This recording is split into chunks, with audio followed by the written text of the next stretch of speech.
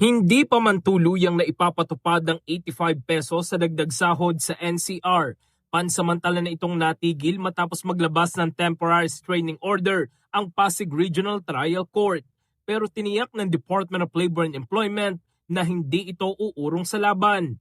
Ayon kay Labor Secretary Francis Tolentino, nakikipag-ugnay na ang DOLE sa pamamagitan ng National Wages and Productivity Commission at Regional Tripartite Wages and Productivity Board NCR sa Office of the Solicitor General na siyang hahawak sa kaso sa korte. Nilinaw rin ni Tolentino na hindi na kailangang isauli ng mga manggagawang nakatanggap na ng dagdag sahod ang kanilang natanggap. Meron ng vested right yung manggagawa namin. So, hindi na dapat isauli yun. Kasi at the time it was prepared and at the time it was received, wala pang order yung National Wages and Productivity Commission na suspended. Dagdag pa ni Tolentino, hindi rin maaaring ipabawas ng mga employer sa susunod na sweldo ng kanilang mga empleyado ang naibigay ng wage increase. Nanawagan din siya sa publiko na manatiling kalmado habang hinihintay ang magiging desisyon ng korte. Maging kalmado tayo ngayon, hintayin natin ang magiging resulta ng desisyon ng isang co-equal branch. Ginagalang natin ang judiciary, ginawa natin ang para sa kapakanan ng mga manggagawang Pilipino. Lahat po ito ay para sa kapakanan ng manggagawa at ng mga employers.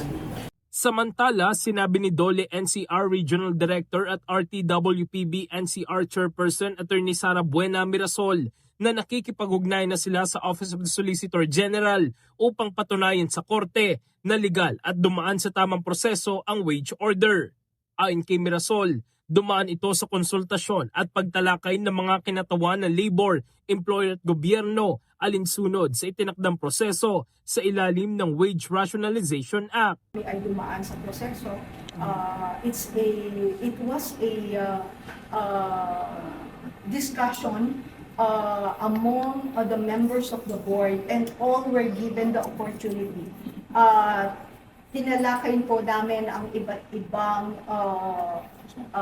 positions, comments ng labor, ng employer, as well as the government. And we are confident of the fact na we followed due process and we followed the process as provided in the guidelines for the minimum wage fixing. Tiniyak naman ng DOLE na patuloy nitong poprotektahan ng karapatan at kapakanan ng mga manggagawa alinsunod sa umiiral na batas sa paggawa.